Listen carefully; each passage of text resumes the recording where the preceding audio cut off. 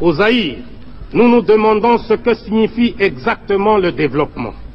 Peut-on appeler pays développés des pays qui possèdent un nombre impressionnant de voitures, qui construisent des milliers de kilomètres d'autoroutes, qui polluent les eaux, les mers et l'air?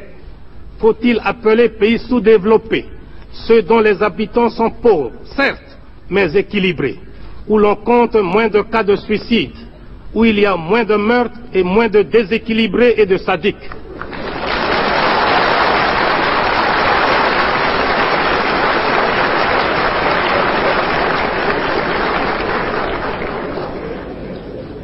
Je vous avoue que je n'ai jamais considéré le Zaïre, mon pays, comme sous-développé, car mon peuple est discipliné, travailleur, digne et fier, alors que les pays qui se disent développés sont le théâtre de désordres sociaux, de grèves sauvages. C'est pourquoi nous préférons au terme de développement celui d'équipement. Nous reconnaissons volontiers que nous sommes sous-équipés par rapport à d'autres pays.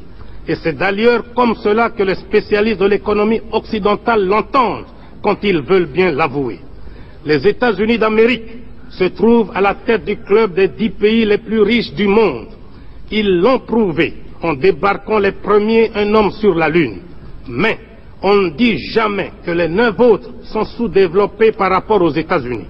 On dit tout simplement comme nous qu'ils sont en retard d'équipement par rapport aux USA. Ce qui précède prouve que le concept pays en voie de développement est impropre et un faux prétexte, car chacun de nous a toujours un plus équipé et un moins équipé que lui, et que nous sommes tous en perpétuel développement, c'est-à-dire en fait en voie de développement.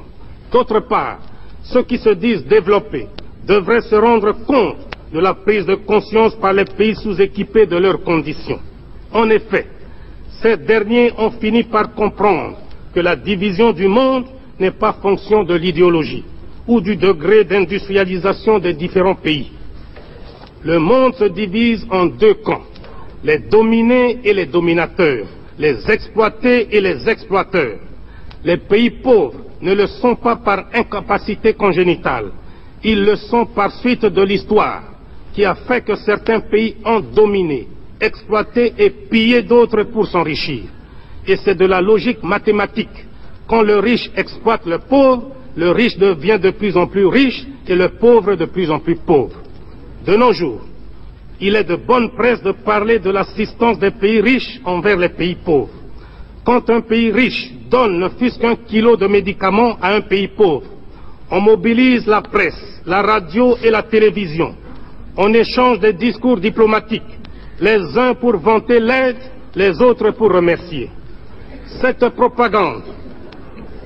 propagande a même suscité chez certains théoriciens des pays riches une opposition à l'assistance aux pays pauvres. Car, disent-ils, ce sont les pauvres des pays riches qui enrichissent les riches des pays pauvres. Il n'y a rien de plus faux. Car, si on examine bien, on constate que paradoxalement, l'assistance profite avant tout aux pays donateurs.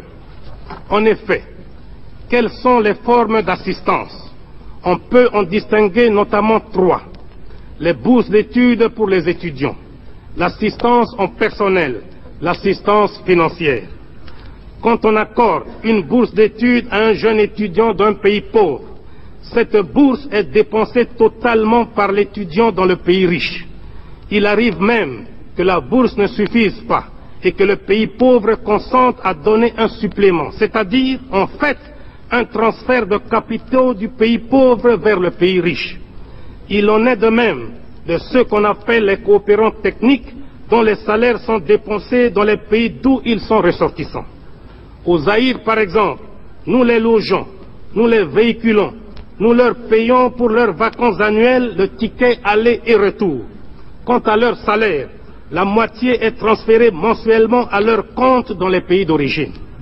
D'ailleurs, une partie non négligeable de nos paiements extérieurs est constituée de transferts des salaires des travailleurs expatriés. Toujours dans le cas du Zaïre, chaque année, nous devons consentir une somme de 40 millions de dollars pour transfert salarial des coopérants techniques. On parle aussi très souvent d'assistance financière. Mais si on y regarde de très près, on constate que les crédits des pays donateurs sont d'une part grevés de conditions de fourniture d'équipements et d'autre part assortis de taux d'intérêt exorbitants et de délais de remboursement très courts. De plus, il reste dans les coffres des banques des pays riches et le pays bénéficiaire n'en reçoit pas un seul centime à dépenser localement. Il se passe donc comme si l'on finançait un pays pauvre sans que celui-ci ne bénéficie de ce financement. On dirait, pour utiliser le langage des financiers, que nous assistons là à une espèce d'autofinancement des pays riches eux-mêmes. Bien plus, mon pays transfère annuellement vers l'ancienne métropole, pour paiement de services et de dividendes des sociétés privées installées chez nous, une somme allant de 300 à 350 millions de dollars. C'est pourquoi je me demande finalement qui assiste qui. Je suis convaincu.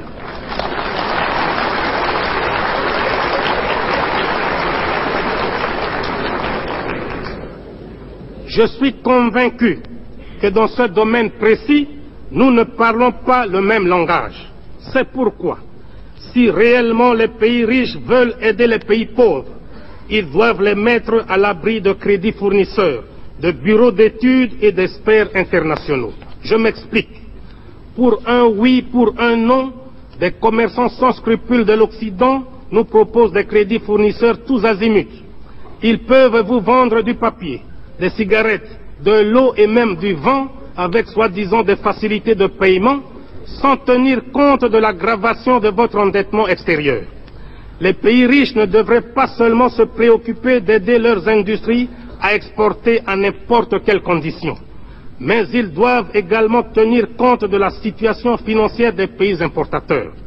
Je vous ai dit tout à l'heure que nous, Zaïrois, nous préférons le terme d'équipement à celui de développement.